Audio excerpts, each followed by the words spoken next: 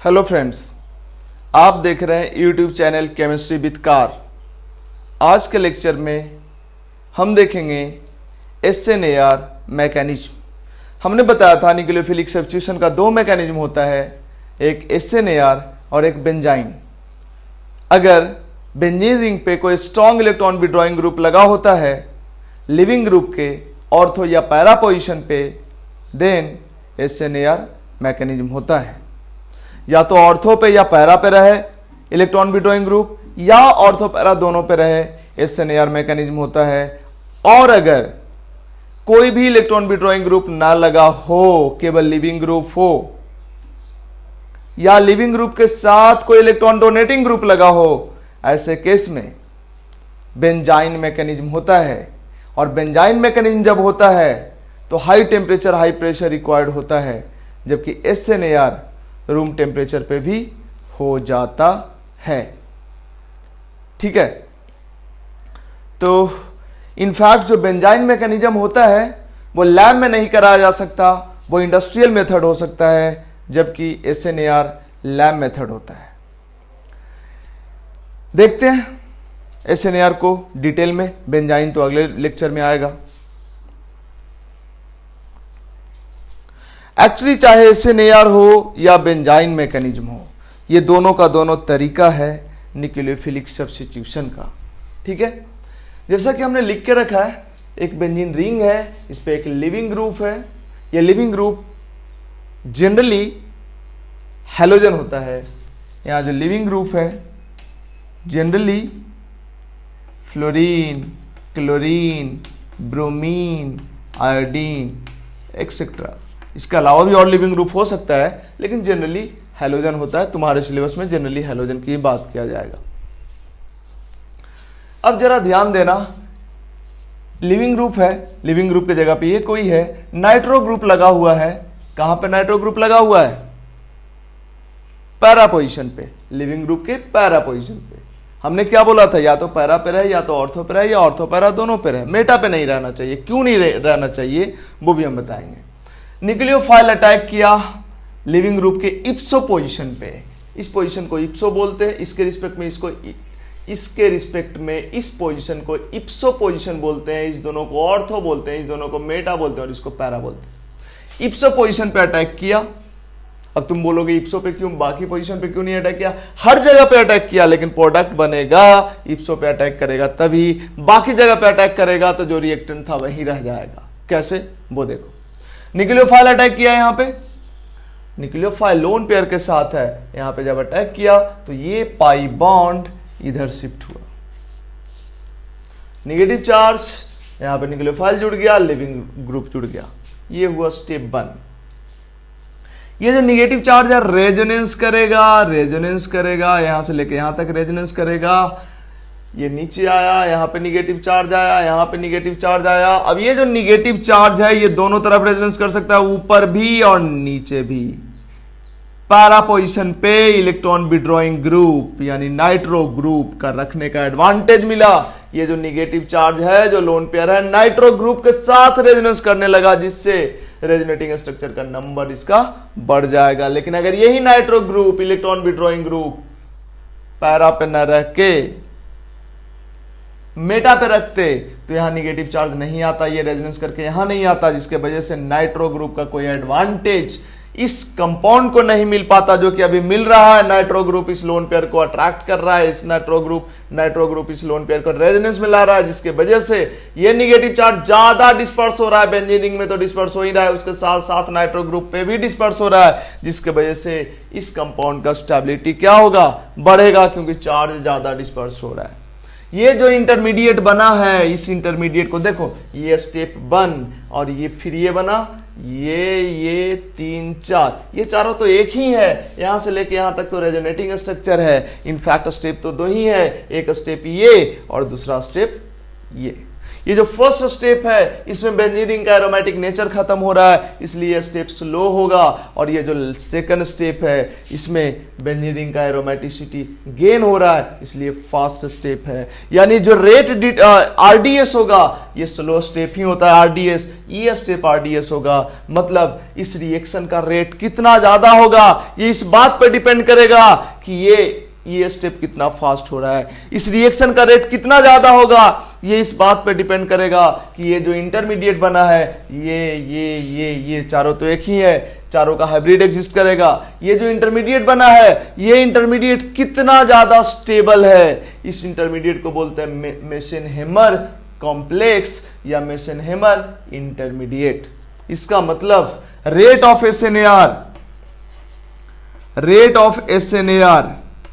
SNAR depends on या directly proportional to a stability of Mesenhemer complex या Mesenhemer intermediate।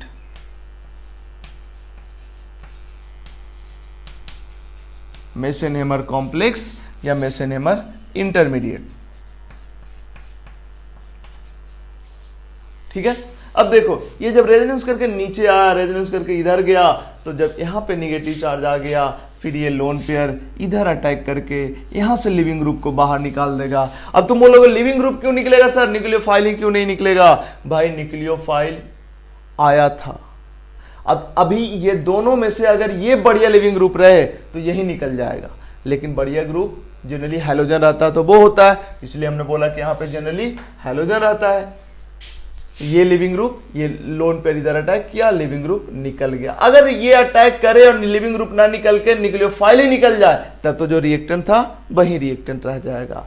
दूसरी बात देखो, जब ये न्यूक्लियोफाइल यहां अटैक ना करके यहां अटैक करे, क्योंकि ऐसा थोड़ा है कि इसी पे अटैक करेगा, यहां भी अटैक कर सकता है, लेकिन जब यहां अटैक करेगा यहां पे NU जुड़ेगा, यहां पे एक H रहेगा, तब जब यहां पे निकलने की बारी आएगी तो एक न्यूक्लियोफाइल को निकलना होगा और एक हाइड्रोजन को निकलना होगा।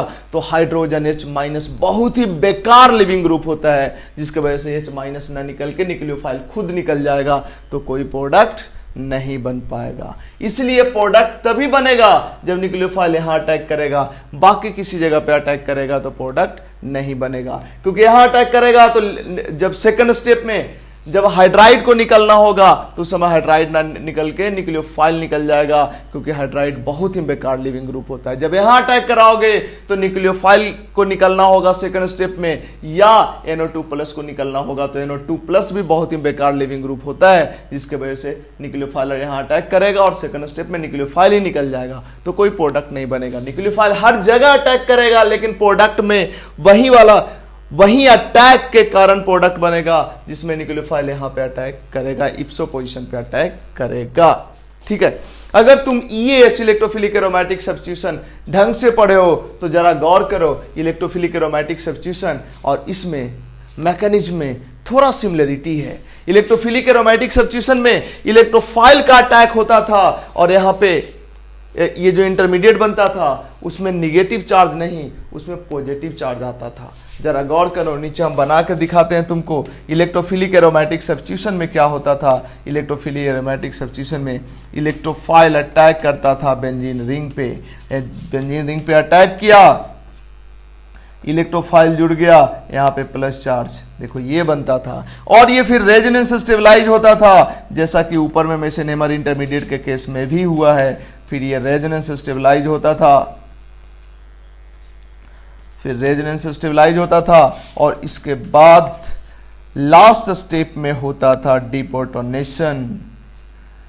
ये हुआ रेजोनेंस स्टेबलाइजेशन, और ये जो लास्ट स्टेप होता था इसमें यहां से H+ निकल जाता था, H+ निकल जाता था और बन जाता था सब्स्टिट्यूटेड बेंजीन। ये था स्टेप 1, ये था स्लो स्टेप, क्योंकि इसमें बेंजीन का एरोमेटिक नेचर खत्म होता था, और ये था फास्ट स्टेप, क्योंकि इसमें बेंजीन का एरोमेटिक नेचर गेन होता था। फास्ट और स्लो में जो स्लो स्टेप होता है यही होता है RDS। देखो इस मैकेनिज्म में ये इलेक्ट्रोफिलिक एरोमेटिक सब्स्टिट्यूशन है और ये न्यूक्लियोफिलिक एरोमेटिक सब्स्टिट्यूशन का SNAR मैकेनिज्म है। दोनों को जरा गौर करो, क्या दोनों एक ही जैसा नहीं लगता है? यहाँ पे न्यूक्लियोफाइल अटैक किया था, यहाँ इलेक्ट्रोफाइल अटैक किया है। सेकेंड स्टेप में यहाँ पे सिग्मा कॉम्प्लेक्स या क्या बोलते हैं एरिनियम आयन बनता था, यहां पे कार्बोकेटायन बनता था इंटरमीडिएट, और यहां पे क्या बना है? कार्बन आयन बना है इंटरमीडिएट। सेकेंड स्टेप में डीप्रोटोनेशन होता था, H+ निकलता था, इलेक्ट्रोफाइल निकलता था। सेकेंड स्टेप में Lg- निकलता है। Lg- भी एक तरह का न्यूक्लियोफाइल बोल सकते हो, न्यूक्लियोफाइल निकलता है। तो यहाँ पे न्यूक्लियोफाइल का सब्स्टिट्यूशन हुआ है, यहाँ इलेक्ट्रोफाइल का सब्स्टिट्यूशन हुआ है, इसलिए इसको इलेक्ट्रोफिलिक सब्स्टिट्यूशन और इसको न्यूक्लियोफिलिक सब्स्टिट्यूशन बोलते हैं। दूसरी बात, ये नाइट्रो ग्रुप का इफेक्ट, नाइट्रो ग्रुप इस कार्बन आयन को स्टेबलाइज तभी कर पाएगा जब नाइट्रो ग्रुप या तो पैरा पे रहेगा या तो ऑर्थो पे रहेगा, क्योंकि ये जो लोन पेयर है रेजोनेंस करके या तो ऑर्थो पे आएगा या तो पैरा पे आएगा। मतलब ऑर्थो पे रहे या पैरा पे नाइट्रो ग्रुप रहे, तभी इस लोन पेयर को अपने NO2 में रेजोनेंस के थ्रू विड्रॉ करके इस मेसेनहेमर इंटरमीडिएट को स्टेबलाइज कर पाएगा। इसलिए हमने बोला कम से कम एक नाइट्रो ग्रुप, इनफैक्ट कोई भी इलेक्ट्रॉन विड्रॉइंग ग्रुप हो सकता है, लेकिन तुम्हारे केस में जनरली नाइट्रो ग्रुप दिया जाता है, तो एटलीस्ट वन नाइट्रो ग्रुप जरूर होना चाहिए बेंजीन रिंग पे। कहां पे? ऑर्थो या पैरा पोजीशन पे। किसके रिस्पेक्ट में? लिविंग ग्रुप के रिस्पेक्ट में। अगर ऐसा हुआ तो SNAR मैकेनिज्म होगा। अगर ऐसा नहीं हुआ, नाइट्रो ग्रुप रहा भी बट ऑर्थो पैरा पे नहीं रहा, मेटा पे रहा, लिविंग ग्रुप के रिस्पेक्ट में मेटा पे रहा, तो SNAR मैकेनिज्म नहीं होगा। अगर नाइट्रो ग्रुप हो ही नहीं, केवल लिविंग ग्रुप ही हो, SNAR मैकेनिज्म नहीं होगा। और अगर इलेक्ट्रॉन डोनेटिंग ग्रुप हो कोई और लिविंग ग्रुप हो, उसमें भी SNAR मैकेनिज्म नहीं होगा। वहां कोई और मैकेनिज्म होगा जो हाई टेम्परेचर पे होता है, उस मैकेनिज्म को बोलते हैं बेंजाइन मैकेनिज्म, जो नेक्स्ट लेक्चर में देखेंगे। ठीक है, तो आज तो हम SNAR ही देखेंगे और इसी पे बेस्ड क्वेश्चंस करेंगे। ठीक है, तो हम नीचे वाले को मिटाते हैं, क्योंकि ये तुम अच्छे से समझे हुए थे, इसलिए इससे रिलेट करके हमने ऊपर वाले को समझाया।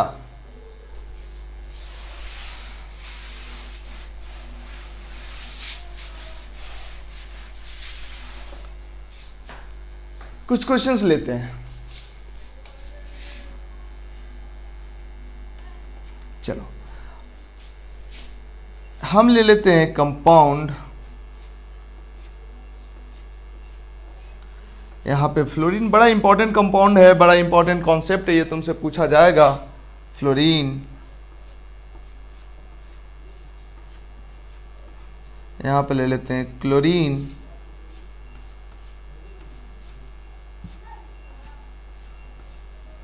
यहां पे ब्रोमीन,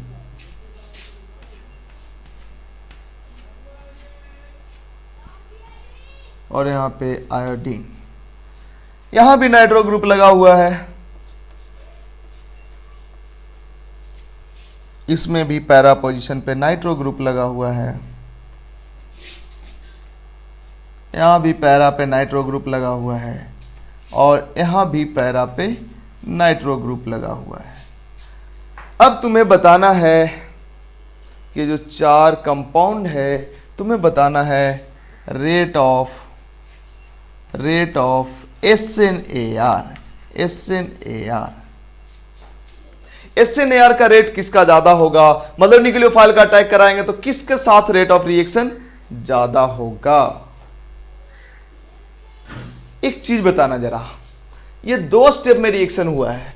RDS फर्स्ट स्टेप है, सेकंड स्टेप RDS नहीं है। सेकंड स्टेप में हो क्या रहा है? लिविंग ग्रुप निकल रहा है, लिविंग ग्रुप निकल रहा है, लिविंग ग्रुप देखो निकल रहा है लिविंग ग्रुप।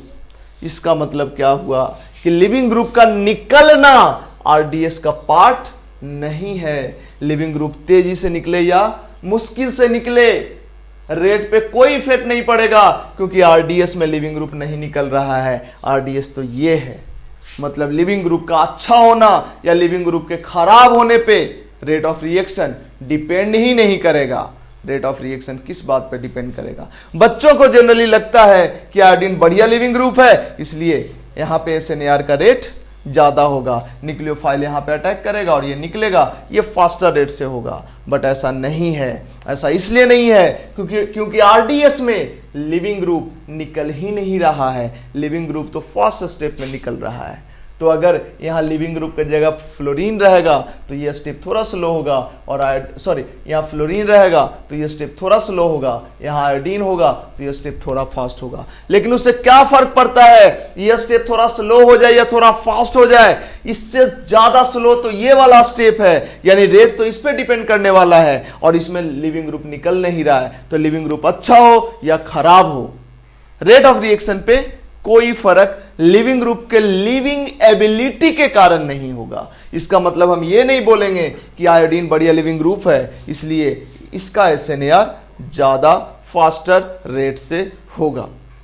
तो फिर किन चीजों पे डिपेंड करेगा SNAR का रेट? ऑफ कोर्स हमने ऊपर में लिखा है rate of SNAR directly proportional to stability of Meisenheimer complex. बताओ ये चारों में किसका मेसेनहेमर कॉम्प्लेक्स ज्यादा स्टेबल बनेगा? जरा गौर करना, जब इस पे न्यूक्लियोफाइल का अटैक कराओ, इस पे कराओ न्यूक्लियोफाइल का अटैक, तो यहां जो मेसेनहेमर कॉम्प्लेक्स बनेगा, जरा गौर करो क्या बनेगा। यहां तो फ्लोरीन ही रहेगा और यहां पे negative charge with lone pair, यहां पे NO2 ये होगा। सिमिलरली इसका मेसेनहेमर और यहां पे न्यूक्लियोफाइल, कोई भी न्यूक्लियोफाइल हो सकता है। यहां पे अगर इसका हम बनाएं, इसका अगर हम बनाएं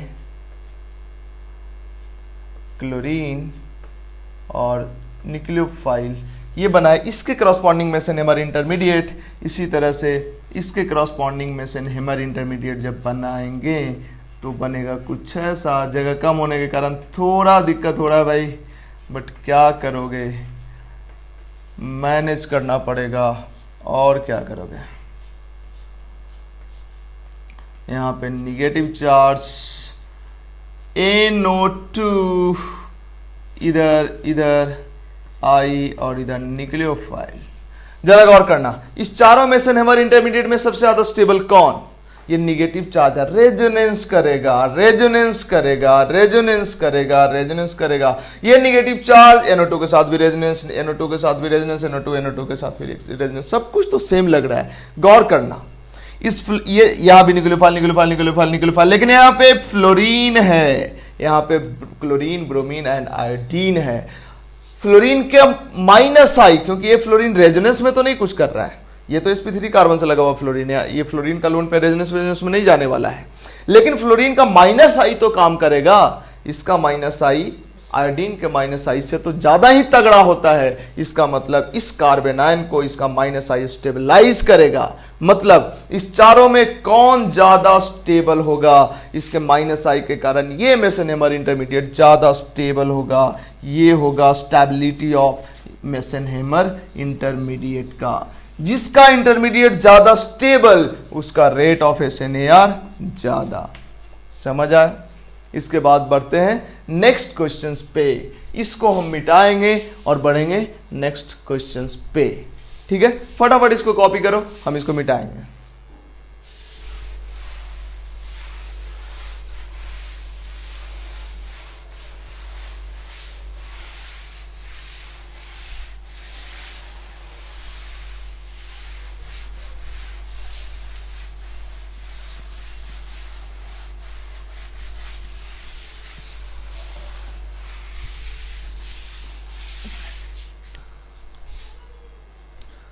क्वेश्चंस है हमारे पास, देखते हैं क्वेश्चन, हमने कलेक्ट किया क्वेश्चंस।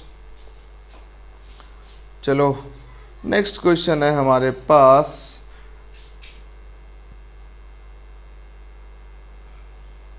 देखो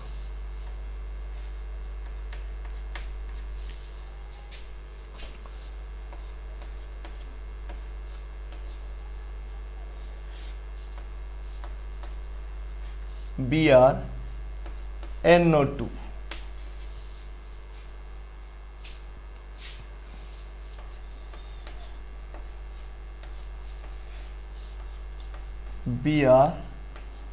BrNO2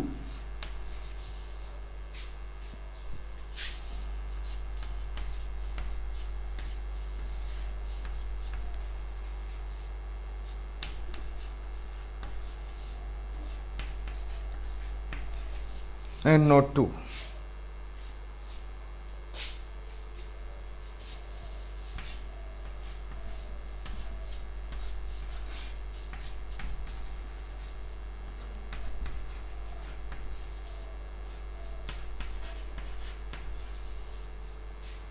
NO2 and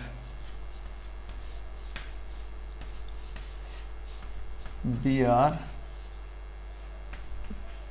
NO2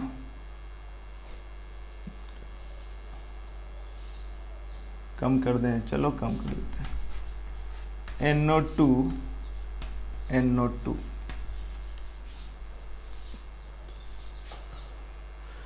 इसमें बताना है तुमको रेट ऑफ SNAR, SNAR का रेट। और इसके बाद नेक्स्ट क्वेश्चन है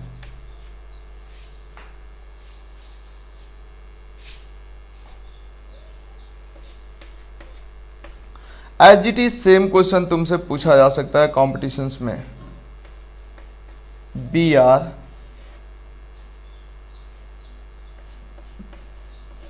NO2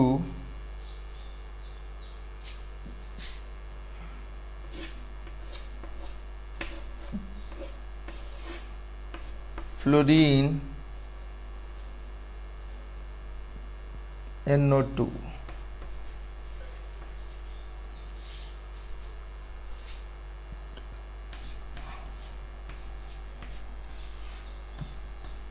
Br NO2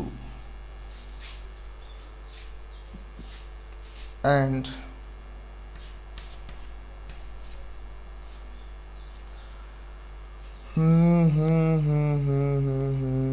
fluorine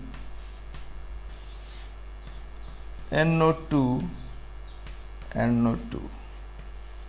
and last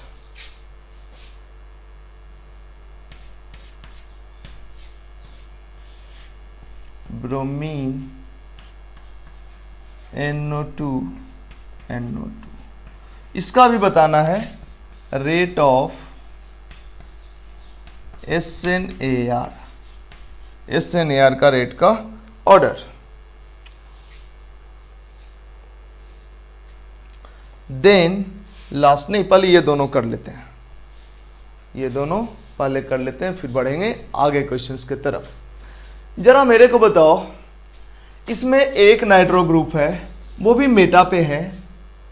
Meta का इफेक्ट तो होता नहीं है, मेसेनहेमर इंटरमीडिएट को मेटा वाला नाइट्रो ग्रुप तो स्टेबलाइज करता नहीं है, तो यहाँ पे तो SNAR का चांस भी नहीं है। SNAR तो बहुत रेयर होगा, नहीं होगा। यहाँ पे देखो ऑर्थो पोजीशन पे नाइट्रो, तो यहाँ तो SNAR होगा, मतलब इससे तो ज्यादा ही इसका रेट होगा। यहाँ पे एक नाइट्रो है ऑर्थो पे और एक मेटा पे है। ऑफ कोर्स मेटा वाला के कारण कोई खास इफेक्ट नहीं होगा, बट इसका माइनस आई के कारण कुछ तो कार्बन आयन स्टेबलाइज होगा, तो इससे तो ज्यादा ही इसका रेट होगा। ये अलग बात है कि यहाँ पे डिफरेंस बहुत ज्यादा का नहीं होगा। इसके बाद यहाँ पे अगर देखें तो यहाँ भी दो नाइट्रो, यहाँ भी दो नाइट्रो, बट यहाँ दोनों नाइट्रो ऑर्थो पे और पैरा पे, जो कि मेसेनहेमर इंटरमीडिएट को रेजोनेंस से दोनों नाइट्रो ग्रुप स्टेबलाइज करेगा। जबकि यहाँ जो मेसेनहेमर इंटरमीडिएट बनेगा उसको ये नाइट्रो ग्रुप तो स्टेबलाइज करेगा, ये माइनस आई से स्टेबलाइज करेगा। इसका मतलब क्या हुआ, यहाँ स्टेबलाइजेशन कम और यहाँ स्टेबलाइजेशन ज्यादा है। यहाँ पे दोनों नाइट्रो ग्रुप रेजोनेंस से मेसेनहेमर इंटरमीडिएट के नेगेटिव चार्ज को स्टेबलाइज करेगा, बट यहाँ मेसेनहेमर इंटरमीडिएट के नेगेटिव चार्ज को ये तो रेजोनेंस से करेगा और ये माइनस आई से केवल करेगा, जिसके वजह से इससे ज्यादा इसका मेसेनहेमर इंटरमीडिएट स्टेबल होगा, जिसके वजह से इसका rate of reaction, rate of SNAR ज्यादा होगा। यहाँ पे देखें तो यहाँ जो मेसेनहेमर इंटरमीडिएट बनेगा उसके नेगेटिव चार्ज को तीनों नाइट्रो ग्रुप रेजोनेंस में ले जाएगा, जिसके वजह से इससे ज्यादा रेट इसका होगा। ठीक है,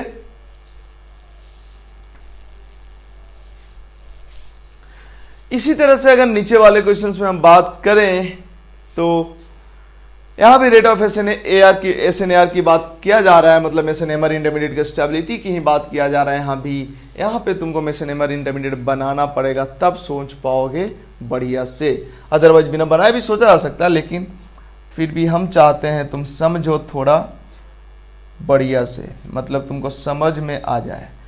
अगर यहाँ पे हम मेसेनहेमर इंटरमीडिएट की बात करें तो ऐसा कुछ होगा।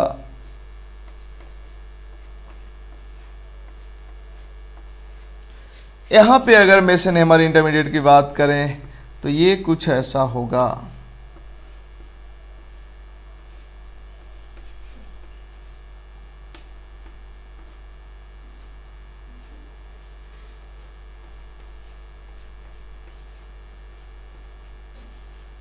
इसके करस्पॉन्डिंग जो मेसेनहेमर इंटरमीडिएट बनेगा जब न्यूक्लियोफाइल अटैक करेगा तब, तो कुछ ये बनेगा। यहाँ पे ब्रोमीन है और यहाँ पे निगेटिव चार्ज, यहाँ पे नाइट्रो ग्रुप।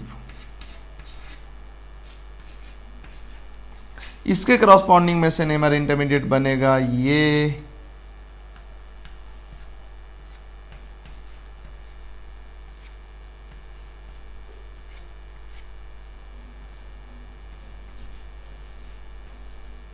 इसके करस्पॉन्डिंग मेसेनहेमर इंटरमीडिएट ऐसा कुछ बनेगा। ब्रोमीन एंड NO2 और नीचे में रहेगा NO2, सॉरी यहाँ पे NO2 नहीं, यहाँ पे न्यूक्लियोफाइल, यहाँ पे न्यूक्लियोफाइल, यहाँ पे न्यूक्लियोफाइल। चलो अब बताओ इसमें सबसे ज्यादा स्टेबल कौन? नाम रख देते हैं सबका। इसका नाम रख देते हैं A, इसका नाम रख देते हैं B, इसका C, इसका D और इसका E। गौर करो जरा, ये NO2 के साथ रेजोनेंस नहीं करेगा, ये NO2 के साथ रेजोनेंस करेगा क्योंकि ऑर्थो पोजीशन पे है। तो इससे ज्यादा रेट इसका तो होगा, इससे ज्यादा स्टेबल ये तो होगा क्योंकि नेगेटिव चार्ज NO2 के साथ रेजोनेंस कर रहा है, ये नेगेटिव चार्ज NO2 के साथ रेजोनेंस नहीं कर रहा है। ये नेगेटिव चार्ज NO2 के साथ रेजोनेंस नहीं कर रहा है, ये नेगेटिव चार्ज NO2 के साथ रेजोनेंस कर रहा है, ये नेगेटिव चार्ज NO2 के साथ रेजोनेंस कर रहा है। तो सबसे पहले हम बात करते हैं कौन कौन NO2 के साथ रेजोनेंस नहीं कर रहा है। तो ये नेगेटिव चार्ज NO2 के साथ रेजोनेंस नहीं कर रहा है, ये नेगेटिव चार्ज NO2 के साथ रेजोनेंस नहीं कर रहा है। ये दोनों सेम था क्या? ये दोनों सेम तो नहीं है, एक अरे कुछ गड़बड़ हो गया भाई। देखो यहाँ पे ऑर्थो पे NO2 है ना, तो यहाँ पे हम मेटा पे कैसे NO2 बना दिए। यहाँ पे ऑर्थो पे NO2 होगा ना, N=O और ये अब तो ये नेगेटिव चार्ज NO2 के साथ रेजोनेंस करेगा। तो NO2 के साथ रेजोनेंस केवल इसमें नहीं हो रहा, बाकी सब में मेसेनहेमर इंटरमीडिएट के नेगेटिव चार्ज का NO2 के साथ रेजोनेंस हो रहा है। इसका मतलब सबसे कम रेट A का होगा, इसका A का रेट सबसे कम, मतलब ये सबसे कम स्टेबल होगा। ठीक है, या देखो ना हम लिख ही लेते हैं। ये सब का नाम ABCDE लिखे हैं, इसका लिख देते हैं A डैश, इसका लिख देते हैं B डैश, इसको लिख देते हैं C डैश, इसको लिख देते हैं D डैश, मतलब D के करस्पॉन्डिंग जो मेसेनहेमर इंटरमीडिएट बना है इसको D डैश और E डैश। इसमें अगर हम स्टेबिलिटी की बात करें, हम अगर स्टेबिलिटी की बात करें तो सबसे कम स्टेबल होगा A डैश। A डैश के बाद कौन ज्यादा स्टेबल? ये सब में नेगेटिव चार्ज NO2 के साथ रेजोनेंस करेगा, NO2 के साथ रेजोनेंस हर में करेगा, लेकिन ये सब में यहां इसमें B डैश और D डैश में फ्लोरीन का माइनस आई मेसेनहेमर इंटरमीडिएट को स्टेबलाइज कर रहा है, जबकि इस दोनों में Br का माइनस आई मेसेनहेमर इंटरमीडिएट को स्टेबलाइज कर रहा है। Br का माइनस आई कमजोर होता है, मतलब ये दोनों का मेसेनहेमर इंटरमीडिएट, ये दोनों मेसेनहेमर इंटरमीडिएट कम स्टेबल होगा with respect to this and this. इसका मतलब ये दोनों कम स्टेबल होगा, मतलब ये दोनों में अब कौन कम स्टेबल होगा? सोचो, ये दोनों में कौन कम स्टेबल होगा? C डैश और E डैश में, C डैश और E डैश में कौन कम स्टेबल होगा? C डैश और E डैश में, अरे एक छूट गया, फिर यहाँ देखो छूट गया ना, इसलिए दिक्कत हो रहा है। यहाँ पे N=O, ये देखो, हाँ अब तो कोई दिक्कत नहीं। ए डैश सबसे कम स्टेबल, इसमें भी निगेटिव चार्ज रेजोनेंस में है, negative charge resonance resonance resonance. अब यहां तो दो दो नाइट्रो ग्रुप इसको स्टेबलाइज करने वाला है, तो ये तो सबसे ज्यादा स्टेबल होगा। इस तीनों में एक एक नाइट्रो ग्रुप है, इसमें निगेटिव चार्ज को नाइट्रो ग्रुप स्टेबलाइज कर रहा है रेजोनेंस से, इसमें भी, बट इसमें ब्रोमीन का माइनस आई से ये स्टेबलाइज हो रहा है, ये दोनों में फ्लोरीन का माइनस आई से स्टेबलाइज हो रहा है, मतलब यहां पे स्टेबलाइजेशन कम होगा। इसका मतलब ए डैश के बाद कोई ज्यादा स्टेबल होगा तो ये सी डैश होगा। ए डैश से ज्यादा स्टेबल सी डैश होगा। सी डैश से ज्यादा स्टेबल कौन होगा बताओ? फिर ये दोनों में कोई आएगा, ये दोनों में यहां फ्लोरीन स्टेबलाइज करने वाला और यहां पे फ्लोरीन स्टेबलाइज करने वाला। यहां पे रेजोनेंस में निगेटिव चार्ज जा रहा है, यहां भी रेजोनेंस में निगेटिव चार्ज जा रहा है। यहां भी छूट गया था, यहां भी देखो NO2 छूट गया था, NO2 यहां भी छूट गया था। अब तुम खुद बताओ, अब तो काफी आसान था, तो छूट गया था इसलिए टफ लग रहा था। सबसे कम स्टेबल ये, इसके बाद ये दोनों में से कोई होगा, क्योंकि यहाँ निगेटिव चार्ज को स्टेबलाइज करने वाला एक एक नाइट्रो ग्रुप है, तो दोनों में एक एक नाइट्रो ग्रुप, बट यहाँ फ्लोरीन का माइनस आई कमजोर है, यहाँ सॉरी फ्लोरीन का माइनस आई तगड़ा है, Br का माइनस आई कमजोर है, इसलिए ये ज्यादा स्टेबल होगा ये दोनों में, ये कम स्टेबल। तो सी डैश हो गया, सी डैश के बाद कौन हो जाएगा? बी डैश हो जाएगा। बी डैश के बाद फिर देखो इस दोनों में कौन ज्यादा स्टेबल होगा? दोनों में नाइट्रो ग्रुप का नंबर सेम, नाइट्रो ग्रुप का पोजीशन सेम, बट यहाँ पे फ्लोरीन का माइनस आई स्टेबलाइज करेगा, यहाँ ब्रोमीन का माइनस आई स्टेबलाइज करेगा। इसका मतलब फ्लोरीन का माइनस आई ज्यादा निगेटिव चार्ज को स्टेबलाइज करेगा, मतलब ई डैश होगा स्टेबल, और ई डैश से ज्यादा, सबसे ज्यादा कौन होगा? डी डैश होगा। स्टेबिलिटी का ऑर्डर ये होगा अगर मेसनर इंटरमीडिएट का, तो रेट ऑफ SNAR क्या होगा? Rate of SNAR, rate of SNAR, सबसे ज्यादा कौन? सबसे कम A, then C, then B, सबसे ज्यादा D, then E, then B, then C, then A। ये होगा रेट ऑफ SNAR का ऑर्डर इन कंपाउंड का।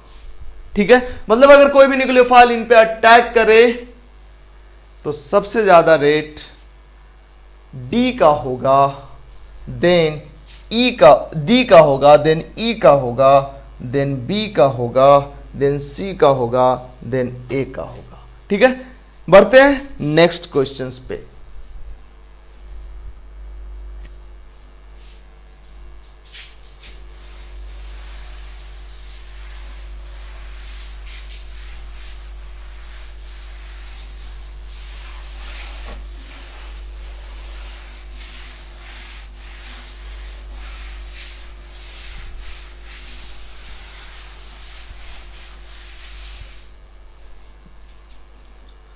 चलो नेक्स्ट क्वेश्चन की तरफ बढ़ते हैं। नेक्स्ट क्वेश्चन हमने कॉपी किया है, क्या है नेक्स्ट क्वेश्चन हमारा, उसको देख लो।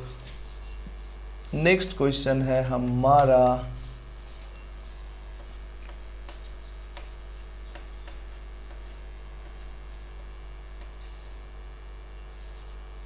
इधर लगा दो Cl, और दूसरा है यहां पे लगाओ Cl, और ये तो नॉर्मल बेंजीन है, क्लोरोबेंजीन है, यहां पे लगाओ Cl। इसका भी rate of SNAR, rate of SNAR,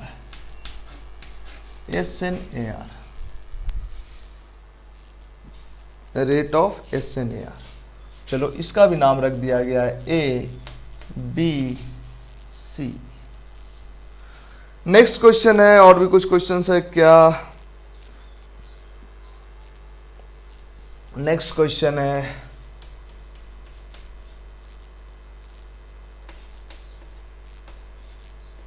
चलो इसका आंसर लिख देते हैं, तुम इसको जस्टिफाई करोगे। ABC, A then B then C, ये होता है रेट ऑफ SNAR इसके लिए। देन लिखते हैं हम नया क्वेश्चंस। नेक्स्ट क्वेश्चन है हमारा C double bond OH and NO2 NO2 और इधर है Cl और इधर है Cl NO2। इस दोनों में रेट इसका ज़्यादा, इसको भी जस्टिफाई करना है। Rate of SNAR। Next rate पे बेस्ड क्वेश्चन हमारे पास, हाँ एक और क्वेश्चन है रेट पे बेस्ड।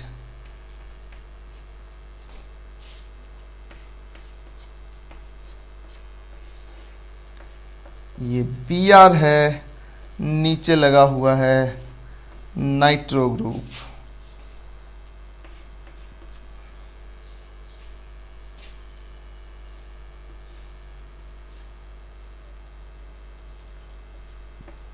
ये Br है, नीचे लगा है S double bond O Me। हालांकि यहाँ पे थोड़ा मुश्किल हो जाएगा बता पाना। ये Br है, नीचे लगा हुआ है Cn एंड कीटोन। ये Br है, नीचे लगा हुआ है कीटोन। यहां पे क्या है, इसका SNAR का रेट अगर 1 है, रिलेटिव रेट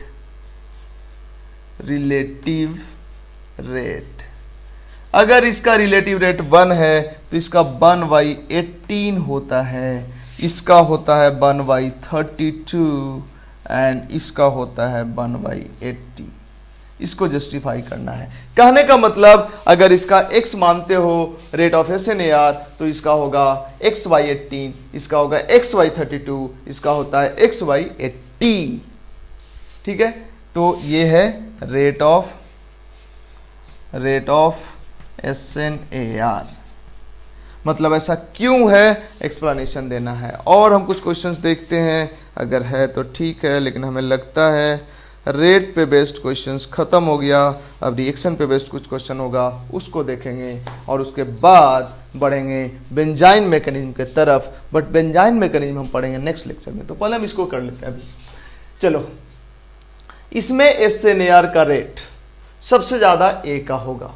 क्यों होगा A का SNAR का रेट? सिंपल सा फंडा है, मेसेनहेमर इंटरमीडिएट बनाओ कि देखो किसका मेसेनहेमर इंटरमीडिएट ज्यादा स्टेबल।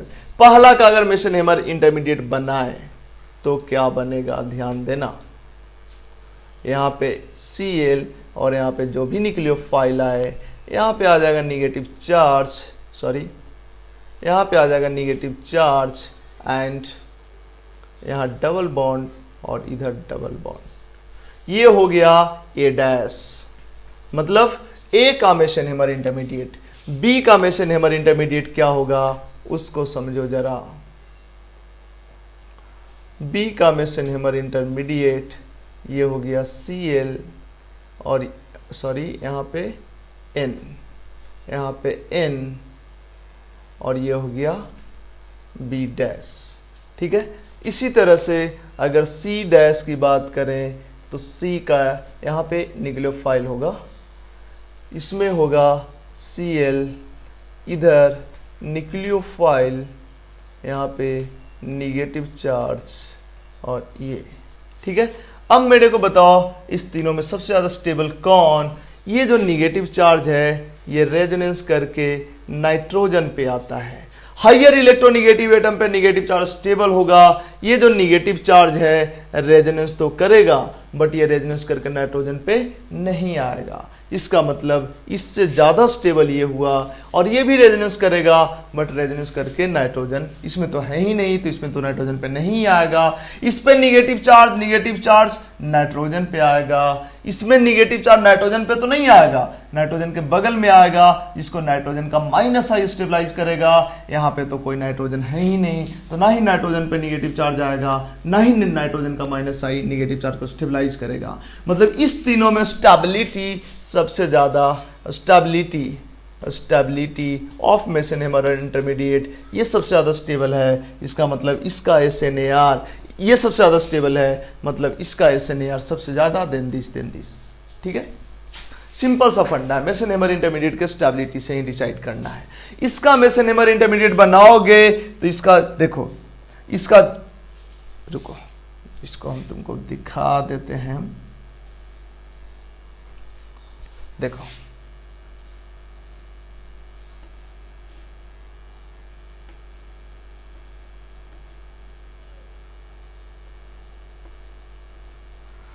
ध्यान देना, न्यूक्लियोफाइल का अटैक यहाँ पे होगा, न्यूक्लियोफाइल का अटैक यहाँ पे होगा। यहाँ पे जब न्यूक्लियोफाइल लाओगे तो निगेटिव चार्ज यहाँ पे आएगा या यहाँ पे आएगा ऑर्थो पे।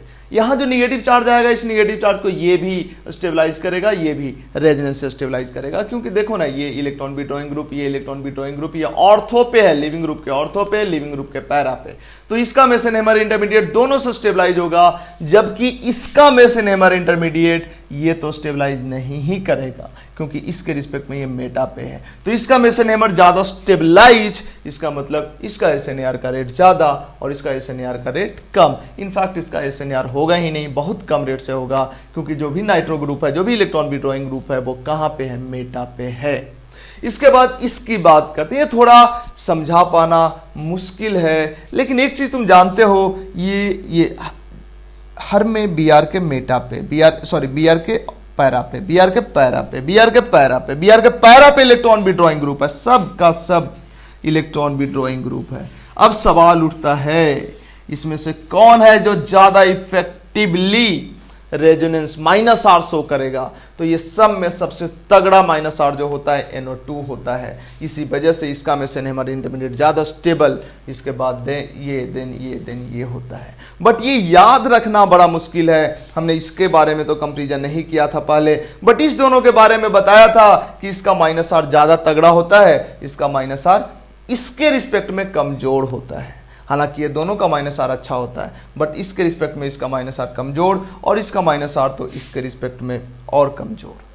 ठीक है, यही वजह है कि इसका मेसेनहेमर इंटरमीडिएट ज्यादा स्टेबल, इसका कम और इसका और भी कम। इसको समझा पाना मुश्किल है। इनफैक्ट ये डेटा है, डेटा को एक्सप्लेन किया जा सकता है। डेटा को तो ऐसे एक्सप्लेन किया जा सकता है कि इसका रेट सबसे ज्यादा SNAR के टुवर्ड्स, इसका कम, इसका कम, इसका सबसे कम। इसका वजह ये है कि ये स्ट्रॉन्ग -R शो करेगा, ये रिलेटिवली वीक -R शो करेगा, ये और वीक और ये और भी वीक -R शो करेगा। तो आंसर दिया रहेगा, तो एक्सप्लेनेशन तो इस तरह से दिया जा सकता है। और ऐसे हमको नहीं लगता कि क्वेश्चन उठा के तुमसे ये पूछा जाए कि किसका SNAR का रेट ज्यादा होगा। अगर पूछा जाए तो तुम NO2 वाला तो बताओगे ही, क्योंकि ये सबसे स्ट्रॉन्ग -R शो करता है। ठीक है, इसको हम स्ट्रॉन्ग -R के कैटेगरी में रखे होंगे और इसको रखे होंगे मॉडरेट -R या वीक -R के कैटेगरी में रखे होंगे। ठीक है, तो ये दोनों पूछा जाएगा, तुमसे पूछा जाएगा तो इसका मेसेनहेमर इंटरमीडिएट ज्यादा स्टेबल और इसका कम स्टेबल। हालांकि ये दोनों स्ट्रॉन्ग -R ही है, बट फिर भी ये ज्यादा स्ट्रॉन्ग होता है, ये कम स्ट्रॉन्ग होता है। ये मेरे को याद नहीं, हमने बताया नहीं बताया, उसका जरूरत भी नहीं है, क्योंकि तुम्हें पूछा जाएगा तो ये दोनों को कंपेयर करवाएगा, तुम्हें पूछा जाएगा तो ये दोनों को कंपेयर नहीं करवाएगा। जनरली तुम्हें ये दोनों का ही कंपेरिजन करवाएगा। बट ये हमने आई थिंक क्लेडन से कॉपी किया था, क्वेश्चन अच्छा लगा इसलिए हमने यहाँ पे लिख दिया। थोड़ा बहुत भी याद रहेगा, तो आंसर दे के एक्सप्लेनेशन पूछे तब तो बताया ही जा सकता है ना।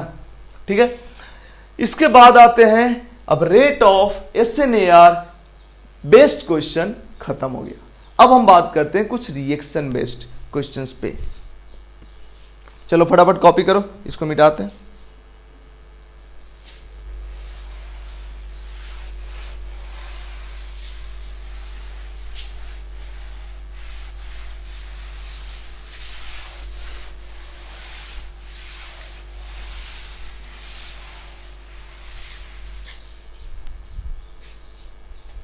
चौक भी ख़त्म हो गया यार, लाना पड़ेगा चौक, तो आजकल पता नहीं कहाँ मिलेगा। नेक्स्ट क्वेश्चन है भाई, मजेदार है, होना तो चाहिए मजेदार।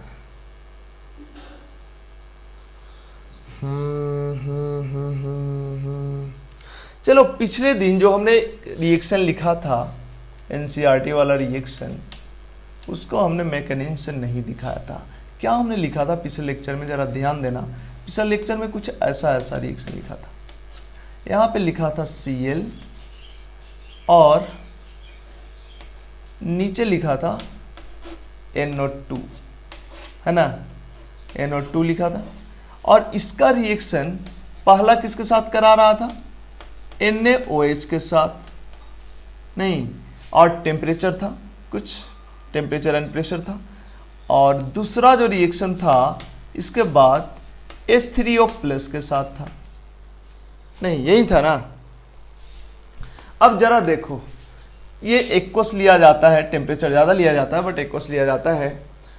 ये क्यों दिया गया इसको हम बताते हैं। प्रोडक्ट तो हम पिछले दिन बना ही दिए थे कि प्रोडक्ट क्या बन जाता है, यहाँ पे Cl के जगह पे OH आ जाता है, OH आ जाता है और बाकी सब ऐसे ही रह जाता है।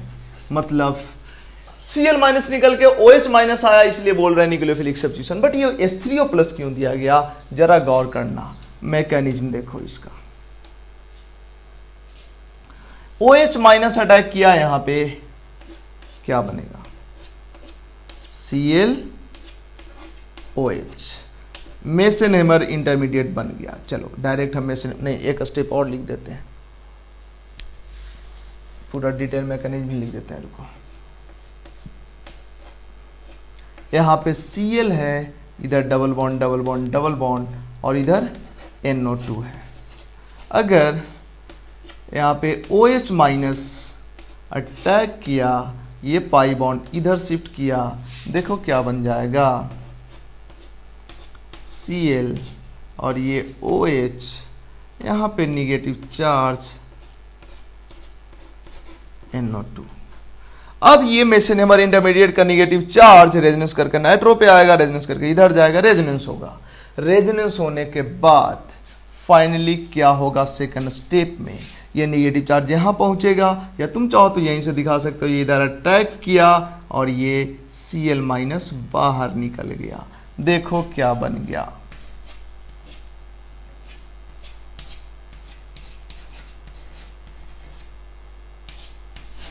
बन गया।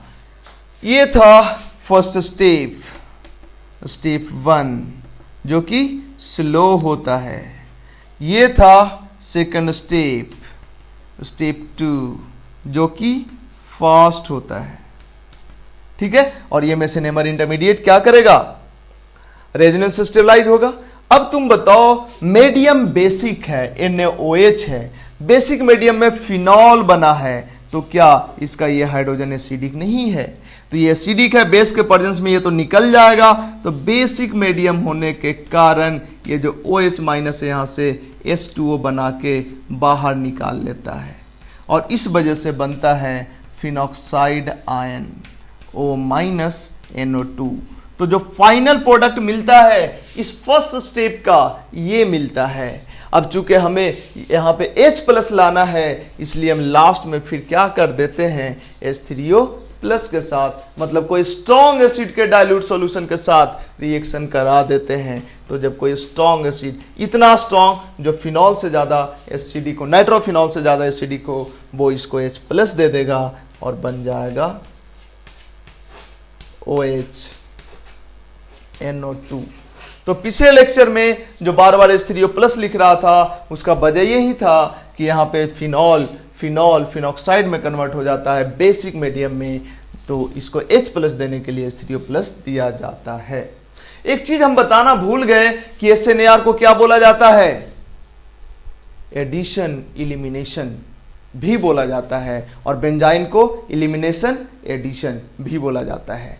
तो SNAR को एडिशन इलिमिनेशन क्यों बोला जाता है? SNAR के स्टेप्स को देखो, यहां से लेके यहां तक 2 स्टेप में होता है ना, स्टेप 1 स्टेप 2, इधर तो एडिशनल स्टेप है, मेन मैकेनिज्म तो यहीं तक है। तो अब जरा देखो ये क्या है, ये एडिशन नहीं है, ये दोनों जुड़ा ही है ना, जुड़ के ये बना है एडिशन। मेन मैकेनिज्म जहां पे लिखे हो वहां पे लिख सकते हो, ये एडिशन स्टेप है। और ये क्या है, Cl माइनस निकला है, इससे कुछ निकला है, ये है इलिमिनेशन। इलिमिनेशन है ना। मेसेनहेमर इंटरमीडिएट बनने तक एडिशन है, मेसेनहेमर इंटरमीडिएट से प्रोडक्ट बनने तक मेन मैकेनिज्म में देखो मेन मैकेनिज्म जहां पे लिखा है न्यूक्लियोफाइल का अटैक देन लिविंग ग्रुप का निकलना, तो न्यूक्लियोफाइल का जो अटैक हुआ स्टेप 1 वो स्टेप में एडिशन हुआ है और लिविंग ग्रुप के निकलने वाला स्टेप में एलिमिनेशन हुआ है। 2 ही स्टेप तो होता है मेनली SNAR में। यहाँ तो इसके एसिडिक होने के कारण स्टेप्स बढ़ गया है, लेकिन मेन तो 2 ही स्टेप होता है SNAR में, एक एडिशन वाला और एक इलिमिनेशन वाला। एडिशन क्यों? क्योंकि देखो 2 चीज जुड़ा है। इलिमिनेशन क्यों? यहाँ पे देखो इसमें से कुछ निकल गया है, इसलिए बोला जाता है SNAR को एडिशन इलिमिनेशन मैकेनिज्म। वहीं बेंजाइन में देखोगे तो उल्टा होगा, बेंजाइन में पहले इलिमिनेशन होगा देन एडिशन होगा, देखेंगे आगे डिटेल में। ठीक है, तो ये था पिछले क्लास में जो रिएक्शन लिखा था उसका डिटेल, उसका मैकेनिज्म। अब देखते हैं कुछ नए क्वेश्चंस को, हटा रहे हैं इसको।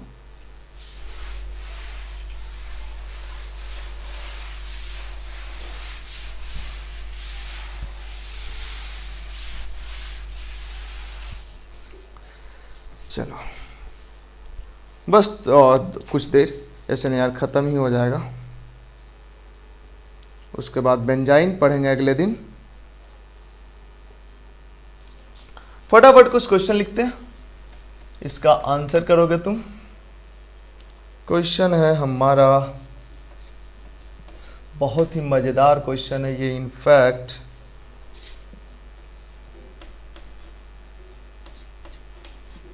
बहुत ही मजेदार क्वेश्चन है। यहां पे BR लगा दो, इधर BR लगा दो और कॉन्सेप्चुअल क्वेश्चन BR लगा दो। इसका रिएक्शन कराओ किसके साथ? कोई भी न्यूक्लियोफाइल दे देते हैं, ETO माइनस Na+ और सॉल्वेंट है ETOH, मतलब ये न्यूक्लियोफाइल की तरह बिहेव करेगा और क्या, क्योंकि इससे तो बढ़िया nucleophile negative charge nucleophile strong nucleophile होता है, तो इससे बढ़िया न्यूक्लियोफाइल प्रेजेंट है तो यही न्यूक्लियोफाइल की तरह बिहेव करेगा, ये सॉल्वेंट की तरह बिहेव करेगा, मतलब इसी में इसको डिजोल्व कर दिया गया और उसी में इसको डाल दिया गया। क्या बनेगा प्रोडक्ट ये बताना है तुम्हें, या हम प्रोडक्ट बना देते हैं, तुम एक्सप्लेनेशन बताना।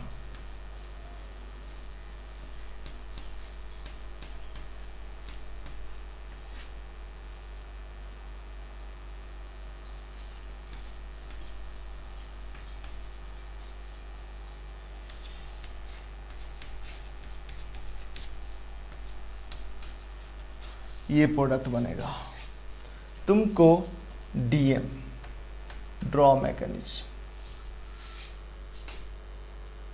और यही क्यों बनेगा ये भी सोचना है। अभी डिटेल बात करेंगे इस पे, क्वेश्चंस कुछ हम नोट कर लेते हैं।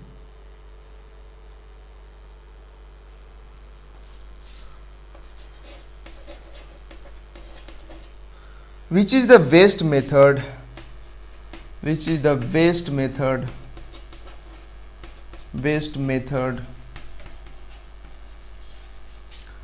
for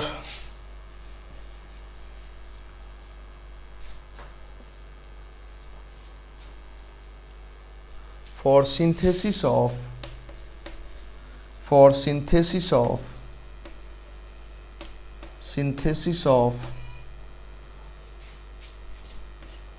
ये भी बड़ा मजेदार क्वेश्चन है, एज इट इज पूछा जा सकता है डिफरेंट कॉम्पिटिशन्स में, जो भी ढंग का कंपटीशन है उसमें।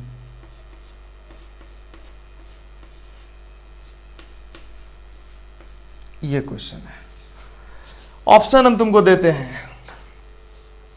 ऑप्शन है हमारे पास A,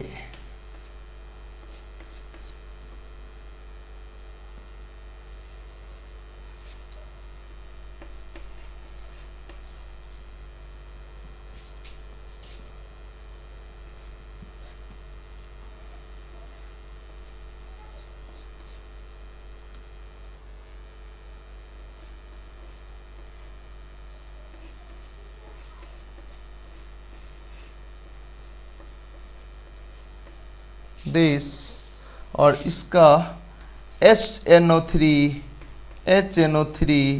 एंड H2SO4 के साथ रिएक्शन करा दिया गया है। ए ऑप्शन ये। चलो बी ऑप्शन है, बी में है मजेदार ऑप्शन है, इसमें तुमको लगेगा सबका सब सही है, बट ऐसा है नहीं।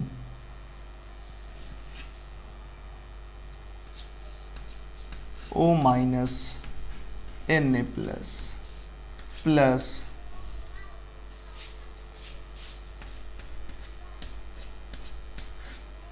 NO2 fluorine NO2।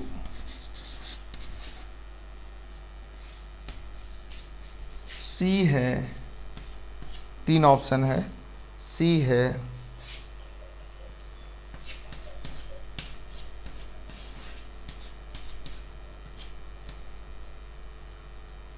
Fluorine plus NO2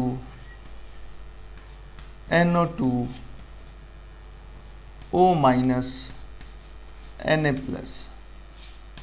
ये क्वेश्चन है। इसके अलावा कुछ और क्वेश्चन हम नोट कर लेते हैं, तुम ट्राई करोगे। अभी हम बताते हैं, क्वेश्चन नोट करते जाओ पहले।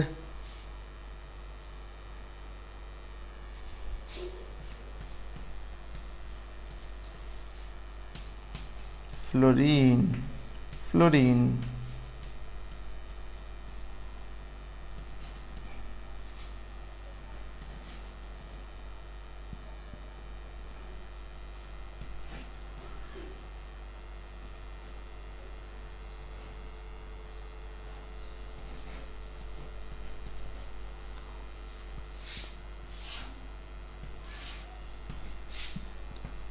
K2CO3 potassium carbonate and heat.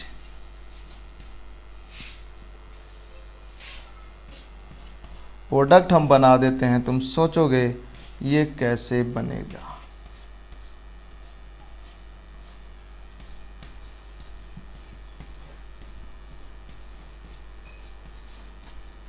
ठीक है, इसके बाद बढ़ते हैं नेक्स्ट क्वेश्चन के तरफ।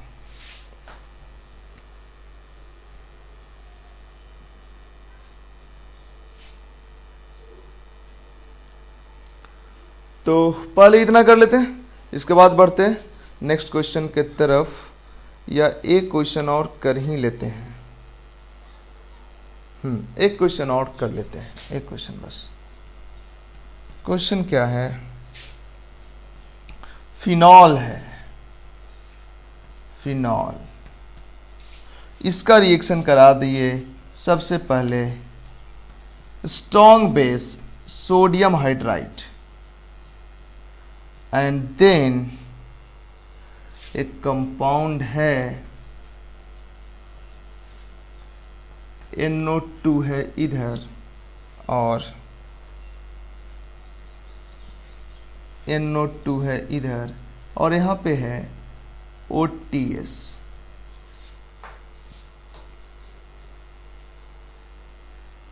आसान क्वेश्चन ये लास्ट वाला तो काफी। चलो इसका सॉल्यूशन देते हैं, बस इसके बाद एक बार और क्वेश्चन आएगा, 2-3, और उसके बाद आज का लेक्चर खत्म हो जाएगा। देखते हैं पहला क्वेश्चन में क्या खास बात है। ये जो ETO माइनस है, जो न्यूक्लियोफाइल है, ये इस ब्रोमीन पे अटैक करेगा, इस पे या इस पे, टर्मिनल वाले पे अटैक करेगा या इंटरमीडिएट वाले पे अटैक करेगा। जरा गौर करना, कहां पे अटैक करेगा तो मेसेनेमर इंटरमीडिएट ज्यादा स्टेबल बनेगा। ये जो नाइट्रो ग्रुप है, किसके मेसेनेमर को ज्यादा स्टेबलाइज करेगा? इस यहां पे अगर अटैक होता है तो जो मेसेनेमर इंटरमीडिएट बनेगा उसको ये नाइट्रो ज्यादा स्टेबलाइज करेगा, क्योंकि ये इसके पैरा पे है। यहां पे अगर अटैक करा दोगे तो इसके रिस्पेक्ट में तो ये मेटा पे है, मेटा पर से तो इसका जो निगेटिव चार्ज बनेगा यहां पे, ये तो यहां पहुंच ही नहीं पाएगा। मतलब ये जब इस पे अटैक करेगा, इसके रिस्पेक्ट में ये पैरा पे है, तो इसके मेसेनेमर को ये नाइट्रो ग्रुप स्टेबलाइज करेगा। बट ये अगर यहाँ पे या यहाँ पे अटैक करता तो जो मेसेनेमर इंटरमीडिएट बनेगा उसका निगेटिव चार्ज यहाँ पे पहुंच ही नहीं पाएगा रेजोनेंस करके, जिसके वजह से इसका इस नाइट्रो ग्रुप का -R उसको स्टेबलाइज नहीं कर पाएगा। मतलब ये अटैक करेगा यहाँ पर ही, इसका मतलब ये प्रोडक्ट बनेगा। मैकेनिज्म तुम दिखा सकते हो। मेन क्वेश्चन ये था कि इसी Br को क्यों हटाएगा ये। ठीक है, इसके बाद बात करते हैं ये वाला कंपाउंड बनाना है, which is the best method for synthesis. 3 method हमने बताया, इस 3 मेथड में से कौन बेस्ट मेथड होगा इस कंपाउंड को बनाने के लिए। जरा गौर करो, पहला मेथड में भी तो वही लगता है, इस कंपाउंड का जब नाइट्रेशन कराएंगे तो ये मेटा डायरेक्टर होता है, यहां पे नाइट्रो ग्रुप आ जाएगा, देखो बन तो गया सेम चीज। लेकिन सोचो जब नाइट्रेशन कराएंगे तो इस रिंग पे नाइट्रेशन क्यों होगा? क्योंकि ये इस रिंग पे नाइट्रेशन नहीं होना चाहिए, क्योंकि इसमें नाइट्रो ग्रुप लगा हुआ है, रिंग डीएक्टिवेटेड है, इसमें कोई भी नाइट्रो ग्रुप नहीं है, ये नहीं है डीएक्टिवेटेड। इस पे जो भी लगा है एक्टिवेटर लगा है, ये भी एक्टिवेटर, ये भी अल्काइल ग्रुप एक्टिवेटर, ये लोन पेयर से भी एक्टिवेट होगा, बट ये लोन पेयर से एक्टिवेट होगा बट NO2 के कारण डीएक्टिवेट होगा। इलेक्ट्रोफिलिक एरोमेटिक सब्स्टिट्यूशन के टुवर्ड्स, और इलेक्ट्रोफिलिक एरोमेटिक सब्स्टिट्यूशन ही तो करा रहे हो, यहाँ पे नाइट्रो ग्रुप ही तो लाने की तुम बात कर रहे हो, बट यहाँ नाइट्रो ग्रुप नहीं आके, यहाँ नाइट्रो ग्रुप नहीं आके इस पे नाइट्रो ग्रुप आ जाएगा, इसलिए ये नहीं बन पाएगा। मतलब ये तरीका सही नहीं है इस कंपाउंड का, इस कंपाउंड के फॉर्मेशन के लिए, इस कंपाउंड के सिंथेसिस के लिए ये तरीका सही नहीं है, क्योंकि ये जब तरीका अपनाएंगे तो नाइट्रो ग्रुप इस रिंग पे नहीं आके इस पे आ जाएगा, और इसमें देखो इस रिंग पे नाइट्रो ग्रुप है। ठीक है, इसमें क्या गलती है जरा गौर करो, इसमें होगा क्या, दो चीज, इसमें ये नेगेटिव चार्ज यहां अटैक करेगा, ठीक है, और फिर मेसेनेमर इंटरमीडिएट बनेगा, F निकल जाएगा, लगता तो सही है। यहां पे जरा गौर करो, ये निगेटिव चार्ज यहां अटैक करेगा, मेसेनेमर इंटरमीडिएट बनेगा और लिविंग ग्रुप निकलेगा, तो फाइनली प्रोडक्ट बन जाएगा। तुम इससे प्रोडक्ट बनाओ या इससे प्रोडक्ट बनाओ, सेम ही प्रोडक्ट बनेगा, लेकिन फिर भी इस दोनों में एक गलत है और एक सही है। क्यों गलत है, कौन गलत है, जरा गौर करो। हमने बोला था सबस्ट्रेट कैसा होना चाहिए, सबस्ट्रेट कैसा होना चाहिए, जिसपे न्यूक्लियोफाइल अटैक करता है वो कैसा होना चाहिए, कम से कम एक नाइट्रो ग्रुप होना चाहिए ऑर्थो या पैरा पोजीशन पे। जरा गौर करो, अगर इसको सबस्ट्रेट और इसको न्यूक्लियोफाइल बनाते हैं तो यहां तो नाइट्रो ग्रुप है, बट अगर इसको सबस्ट्रेट और इसको न्यूक्लियोफाइल बनाते हैं तो इस पे तो नाइट्रो ग्रुप है ही नहीं, तो ये तो SNAR से रिएक्शन ही नहीं होगा, नहीं तो SNAR से रिएक्शन यहां पे हो जाएगा, क्योंकि ये सबस्ट्रेट है, ये न्यूक्लियोफाइल है, ये न्यूक्लियोफाइल है, ये सबस्ट्रेट और सबस्ट्रेट पे नाइट्रो ग्रुप है, इसलिए ये सही है और ये गलत है। अब तुम बोलोगे सर ये SNAR से नहीं होगा, कोई दूसरा मैकेनिज्म जो बेंजाइन मैकेनिज्म है उससे होगा ना। एक चीज हम बता दें, जहां पे SNAR से रिएक्शन हो रहा होता है और बेंजाइन से भी हो रहा होता है, वहां पे SNAR का रेट फास्टर होता है। SNAR के लिए कम टेम्परेचर रिक्वायर्ड होता है, बेंजाइन के लिए ज्यादा टेम्परेचर रिक्वायर्ड होता है। बेंजाइन तो लैब में कराना भी पॉसिबल नहीं है, बेंजाइन तो इंडस्ट्री में ही कराया जा सकता है, क्योंकि उसके लिए टेम्परेचर ज्यादा रिक्वायर्ड होता है। ठीक है, अगर कोई रिएक्टेंट है जो SNAR से भी हो रहा है और बेंजाइन से भी हो रहा है, तो वहां पे SNAR का रेट ज्यादा होगा, बेंजाइन का रेट कम होगा जनरली। ठीक है, मतलब बड़ा सिंपल है। SNAR तब होता है जब बेंजीन रिंग में इलेक्ट्रॉन डेंसिटी कम हो जाता है। इलेक्ट्रॉन डेंसिटी कम कैसे होगा, जब बेंजीन रिंग के साथ कोई इलेक्ट्रॉन विड्रॉइंग ग्रुप लगा रहेगा, क्योंकि न्यूक्लियोफाइल तो तभी बेंजीन पे अटैक करेगा ना जब बेंजीन में इलेक्ट्रॉन डेंसिटी कम होगा। इलेक्ट्रॉन डेंसिटी कब कम होगा, जब कोई इलेक्ट्रॉन विड्रॉइंग ग्रुप लगा रहेगा, जनरली नाइट्रो ग्रुप रहता है तुम्हारे सिलेबस में। ठीक है, बढ़ते हैं थोड़ा आगे इस क्वेश्चन पे। ये दोनों क्वेश्चन जो हमने ऊपर में बताया, ये और ये दोनों एडवांस में, ओलंपियाड में, नीट में पूछा जा सकता है।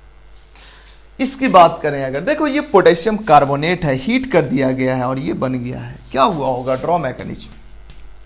सोचो, या मैकेनिज्म ड्रॉ करो, हम ड्रॉ नहीं करेंगे, हम बता देंगे क्या हुआ होगा। देखो पोटेशियम कार्बोनेट बेसिक होता है, पोटेशियम KOH और कार्बोनिक एसिड से बना होता है। कार्बोनिक एसिड वीक एसिड होता है, KOH स्ट्रॉन्ग बेस होता है, स्ट्रॉन्ग बेस और वीक एसिड से बना हुआ ये सॉल्ट है, ये बेसिक नेचर का होगा। तो इसके बेसिक नेचर के होने के वजह से, एक मिनट भाई, ला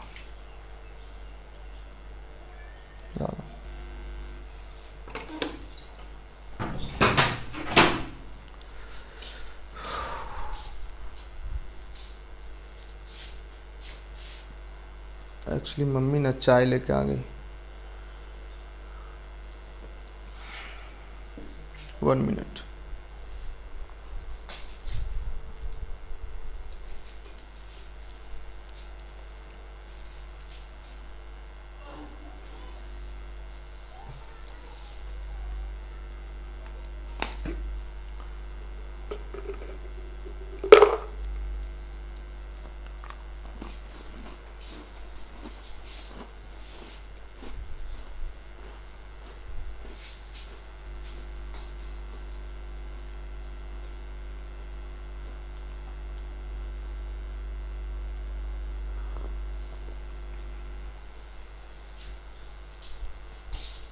चलो कॉपी कर लो तब तक।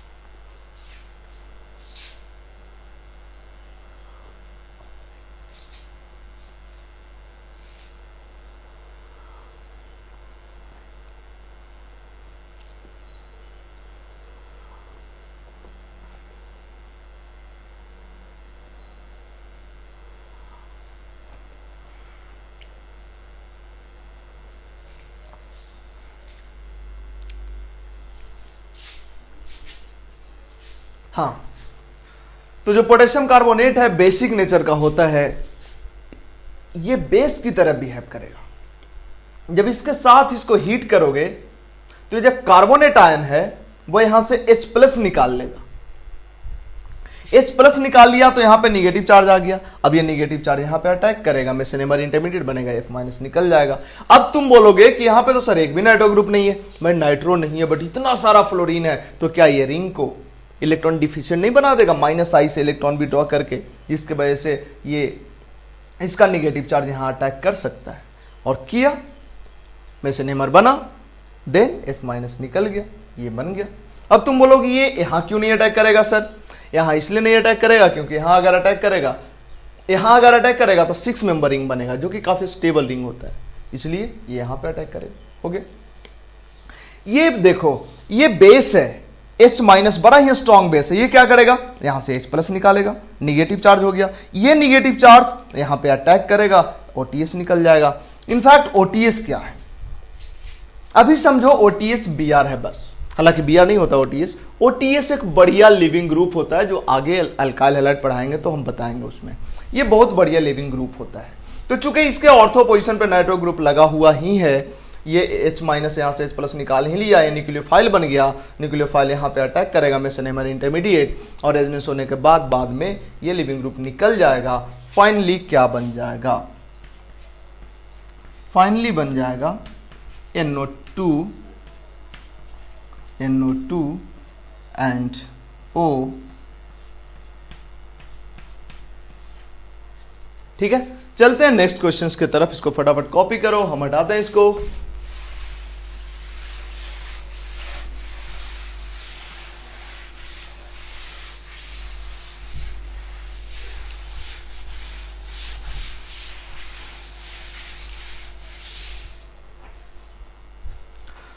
नेक्स्ट क्वेश्चंस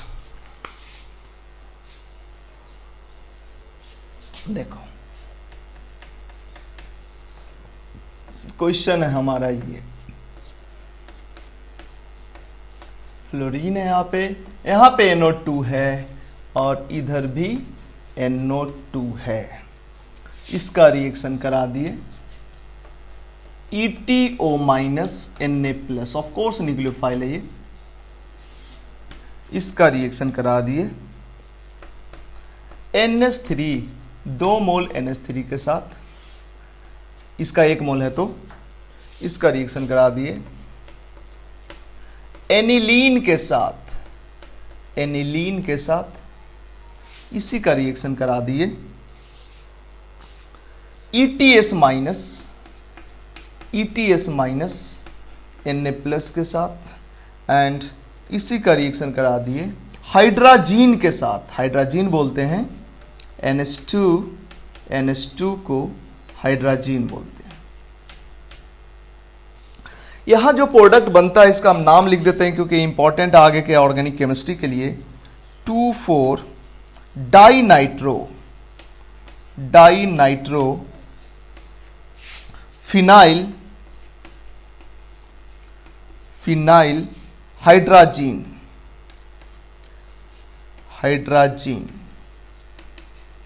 2,4 डाइनाइट्रोफिनाइल हाइड्राजीन, इसको शॉर्ट में 2,4 DNP भी बोलते हैं।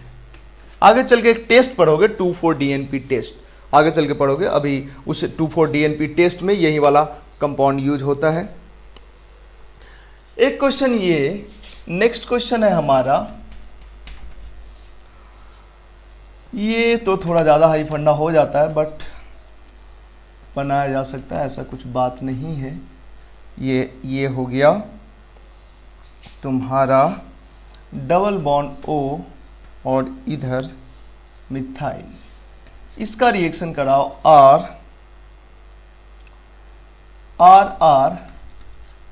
NH के साथ और बन जाएगा ये। तुमको मैकेनिज्म लिखना है इसका,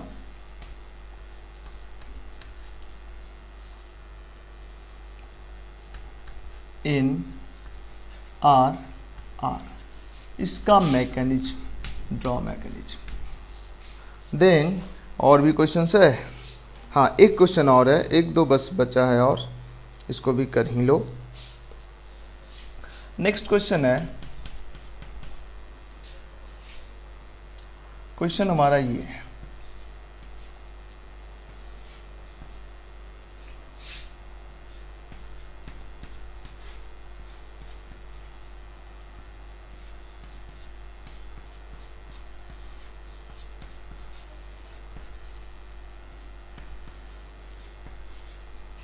ये है, इसका रिएक्शन कराना है किसके साथ, स्ट्रॉन्ग बेस है ETO माइनस Na प्लस, और या कोई भी बेस ले लो, इसके अलावा कोई भी बेस ले लो, और बेस के साथ जब रिएक्शन कराओगे तो बनेगा क्या वो देखो।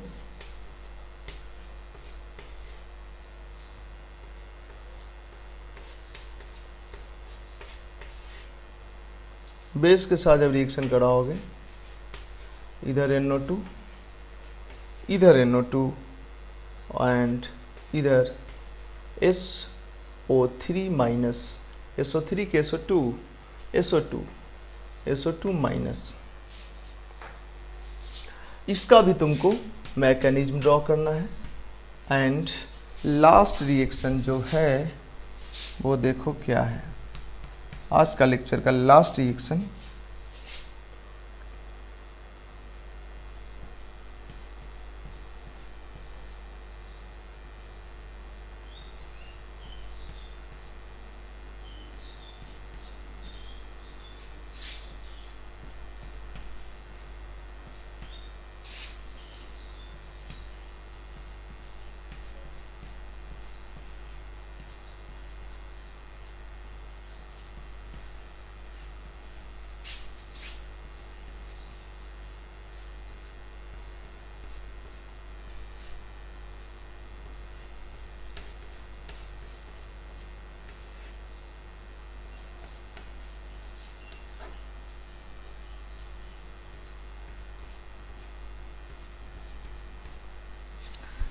ये A है, ये B है और ये C है। क्वेश्चन है, C is not the correct product, C is not the correct product, not the correct product, C is not the correct product, draw the structure of correct product, draw the structure of, draw the structure of correct product।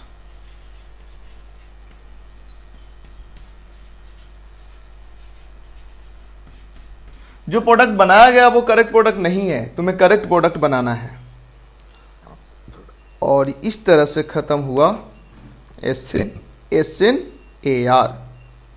चलो इसको पूरा कर लेते हैं और फिर अगले lecture में मिलेंगे हम बेंजाइन मैकेनिज्म के साथ। देख लेते हैं रिकॉर्डिंग चल तो रहा है या फिर कुछ प्रॉब्लम आया। नहीं चल रहा है रिकॉर्डिंग, कोई दिक्कत नहीं है, कोई दिक्कत नहीं है भाई, बढ़िया चल रहा है, बिल्कुल से। चलो देखो, इसकी बात करें तो ये न्यूक्लियोफाइल अटैक करेगा, मेसेनमर इंटरमीडिएट बनेगा, रेजोनेंस होगा, उसके बाद F- निकल जाएगा, क्या बन जाएगा OET। यहाँ पे NO2 यहाँ पे NO2। सिमिलरली यहाँ पे NH3 न्यूक्लियोफाइल है, NH3 अटैक करेगा, मेसेनेमर इंटरमीडिएट बनेगा, F- निकल जाएगा। क्या बनेगा वो देखो,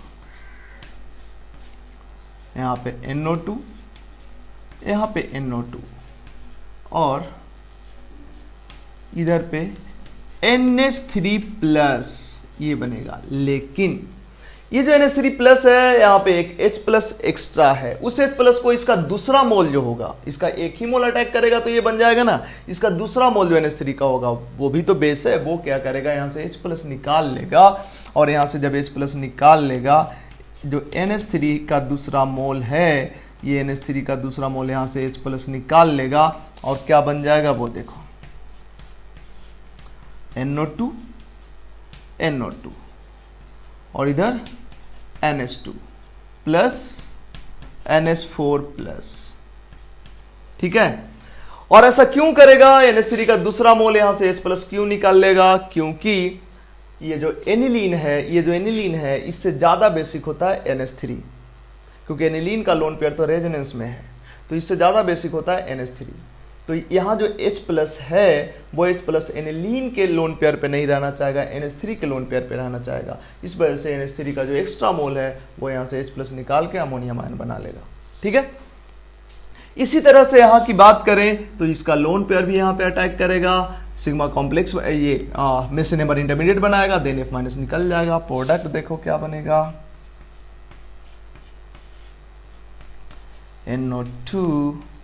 NO2 इधर बन जाएगा NH, है ना।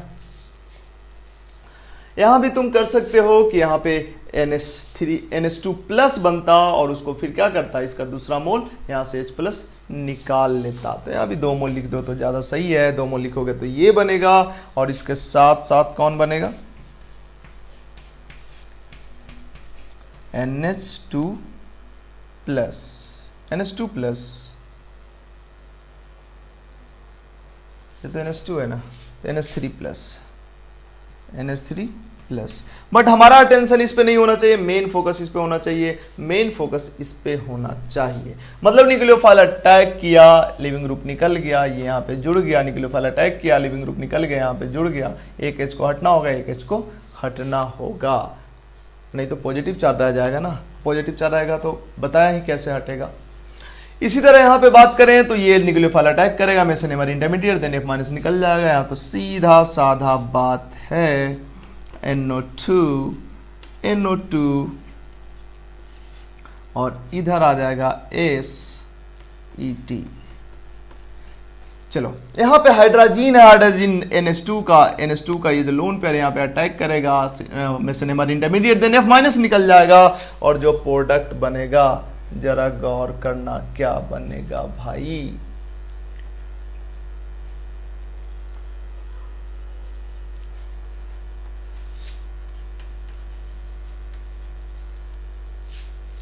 NH2 ये बनेगा।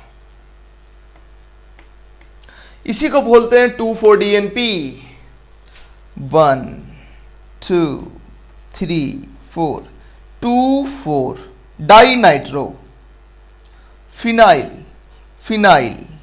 हाइड्राजीन है ना, इसी को बोलते हैं 2,4 डाई नाइट्रो फिनाइल हाइड्राजीन, जिसको शॉर्ट में 2,4-DNP भी बोलते हैं। ये आगे चल के एल्डिहाइड कीटोन के टेस्ट में यूज होगा, आगे चल के इसके बारे में पढ़ेंगे। ठीक है, इसके बाद आते हैं इस क्वेश्चंस पे, ये बड़ा मजेदार है, इसमें तो बेंजीन है नहीं सर, हम तो एरोमेटिक रिंग पे न्यूक्लियोफिलिक सब्स्टिट्यूशन पढ़ रहे हैं। जरा गौर करना, हमने यहां पे बोला है मैकेनिज्म ड्रॉ करो, एग्जैक्टली वैसा ही होगा जैसा SNAR में होता है। गौर करो, ये जो लोन पेयर है ये अटैक कहां पे करेगा, ये देखो, ये जो लोन पेयर है ये अटैक यहां पे किया, ये पाई बॉन्ड इधर आया, ये पाई बॉन्ड इधर आया। मेसेनहेमर में भी तो यही होता था। इधर फटाफट कॉपी करो, इसको मिटाएंगे हम, हटा इसको, पॉज करके इसको कॉपी करो।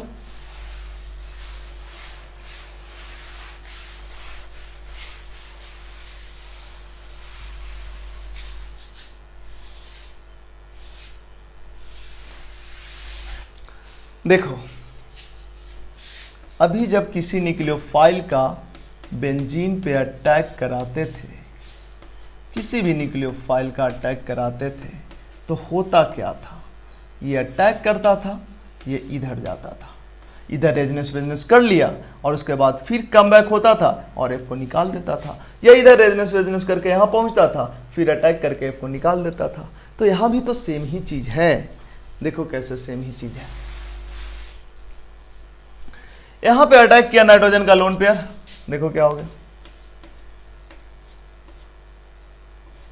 और तुमको मैकेनिज्म सोचना है, बस प्रोडक्ट बना हुआ है, मैकेनिज्म क्या होगा ये सोचना है, क्योंकि क्वेश्चन ही है draw mechanism. N R R है ना, एच प्लस चार्ज यही होगा, और यहां पे क्या होगा माइनस चार्ज। अटैक करने के बाद यही होगा।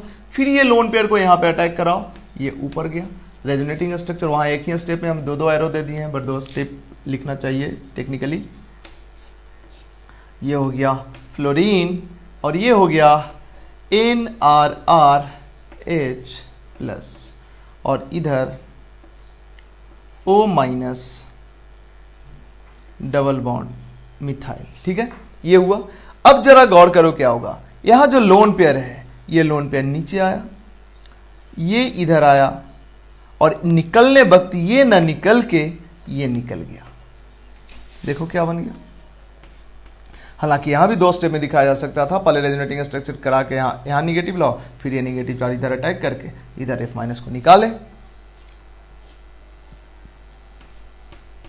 NH RR या NRRH भी लिख सकते हो, और यहां पे ये बन गया। देन यहां से H प्लस निकाल लेगा। कौन यहां से H प्लस निकाल लेगा, यहां से H प्लस निकाल लेगा RRNH का जो एक्स्ट्रा मोल होगा वो, तो यहां से निकल जाएगा H प्लस और बन जाएगा NRR डबल बॉन्ड OH बन गया। ठीक है, एकदम मेसेनेमर इंटरमीडिएट जैसे बनता था, बेंजीन का SNAR जैसा होता है, उसी तरह से कुछ हुआ है। ये बड़ा मजेदार क्वेश्चन है। कोई स्ट्रॉन्ग बेस है, इसमें कुछ मिसिंग है। यहाँ पे एक्चुअली O है और यहाँ पे H है। ठीक है, तो ये जो स्ट्रॉन्ग बेस है, स्ट्रॉन्ग बेस न्यूक्लियोफाइल की, ये स्ट्रॉन्ग न्यूक्लियोफाइल भी है, स्ट्रॉन्ग बेस भी है। तो स्ट्रॉन्ग न्यूक्लियोफाइल की तरह तो ये बिहेव करेगा ही, उसके साथ साथ स्ट्रॉन्ग बेस की तरह भी बिहेव करेगा। और हम तुमको बता दें, ETO minus generally strong base की तरह बिहेव करता है। अगर H भी अवेलेबल है, एसिडिक हाइड्रोजन भी अवेलेबल है, और इलेक्ट्रोफिलिक साइट भी अवेलेबल है, तो वैसे केस में ये पहले बेस को प्रायोरिटी देगा।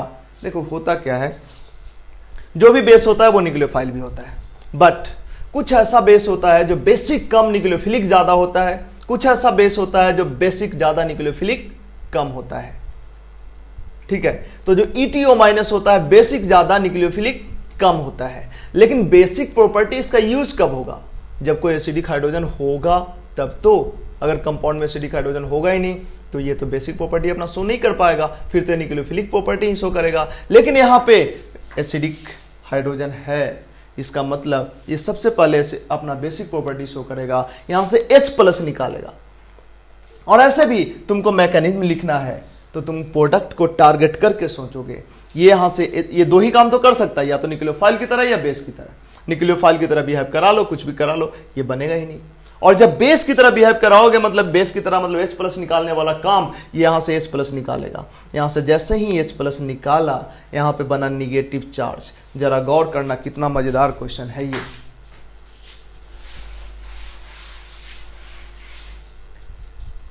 देखो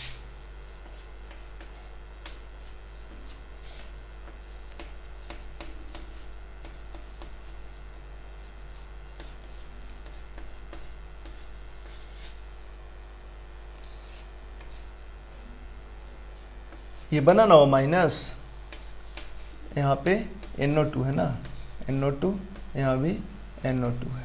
ये O माइनस अब क्या करेगा, यहाँ पे अटैक करेगा। इंट्रामोलिकुलर SNAR न्यूक्लियोफाइल यहाँ पे अटैक किया, क्योंकि इस रिंग पे देखो 2 नाइट्रो ग्रुप भी है और लिविंग ग्रुप भी ठीक ठाक है। हालांकि लिविंग ग्रुप तो कैसा भी हो, SNAR में तो लिविंग ग्रुप पे डिपेंड ही नहीं करता रेट। दो नाइट्रो ग्रुप है, इसके ऑर्थो पे एक, इसके पैरा पे ये। तो ये अटैक किया यहां पे और ये खुल गया इधर। देखो क्या बन गया, हो गया, बन गया प्रोडक्ट, खत्म।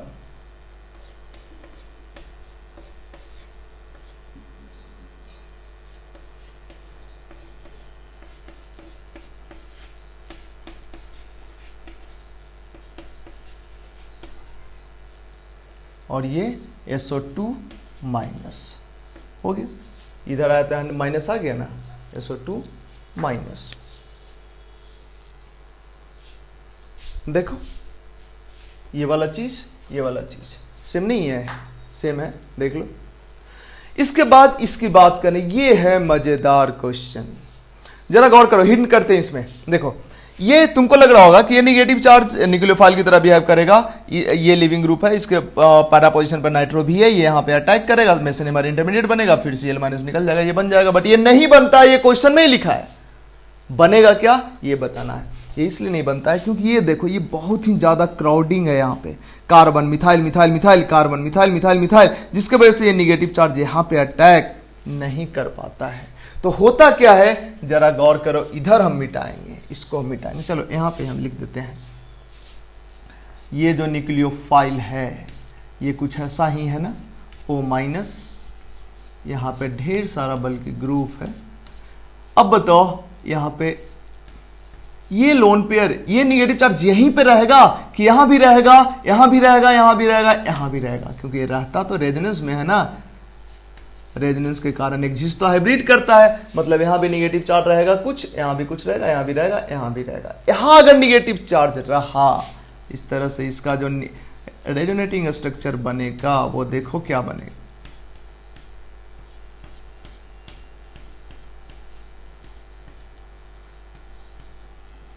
अब ध्यान देना, इस रेजोनेटिंग स्ट्रक्चर के वजह से हाइब्रिड में यहां डेल्टा निगेटिव होगा, जिसके वजह से ये अटैक करेगा यहां पे, क्योंकि यहां से अटैक करना तो मुश्किल है, इस दोनों के बल की नेचर का, methyl methyl methyl methyl methyl methyl लिखो ना, ये बड़ा हो जाएगा, ये बड़ा हो जाएगा।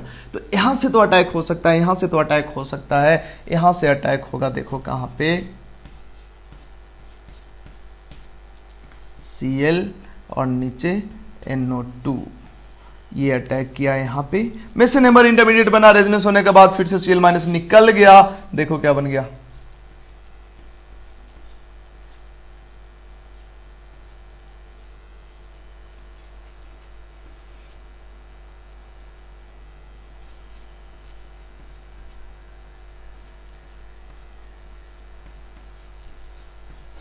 ये बन गया, है ना। अब देखो, जब ये बन गया, अब तुमको क्या करना चाहिए, अब क्या करना चाहिए, इसको टॉटोमेराइज करा देना चाहिए। यहाँ पे हाइड्रोजन है, इसको लाओ इधर, इसको लाओ इधर, इसको लाओ इधर, और ये हाइड्रोजन को यहाँ शिफ्ट करा दो। टॉटोमेराइजेशन, टॉटोमेराइजेशन, ऐसा करने से क्या होगा, ये वाला रिंग भी एरोमेटिक हो जाएगा, और टॉटोमेराइज होकर कोई एरोमेटिक चीज बन रहा है तो वो होगा ही OH एंड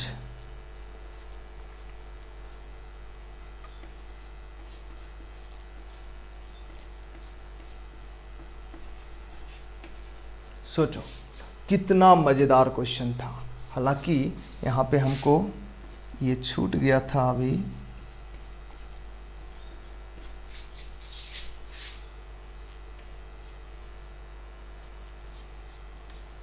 है ना। तो ये था SNAR पे डिटेल लेक्चर। अब इस टॉपिक के बारे में थोड़ा बात कर लेते हैं। ये IIT का भी फेवरेट है, नीट का भी फेवरेट है, और ओलंपियाड का भी फेवरेट है। ये NCERT में भी इसको पढ़ना है। एल्काइल हैलाइड में जब लास्ट में देखोगे, लास्ट के 2-3 पेज में इसके बारे में जिक्र किया होगा, एराइल हैलाइड सेक्शन के अंदर, ठीक है। SNAR ही केवल पढ़ना है सिलेबस में, बेंजाइन नहीं पढ़ना है सिलेबस में। बट नीट में पिछले ही साल आई थिंक पूछा है, और IIT में भी चांस बनता आउट ऑफ सिलेबस निकल के बेंजाइन से पूछा जाने का। इसलिए अगले लेक्चर में हम देखेंगे बेंजाइन मैकेनिज्म। ओलंपियाड तो पूछेगा ही बेंजाइन मैकेनिज्म। तो बेंजाइन मैकेनिज्म के लिए मिलते हैं नेक्स्ट लेक्चर में। आज के लेक्चर में केवल SNAR ही। Thank you.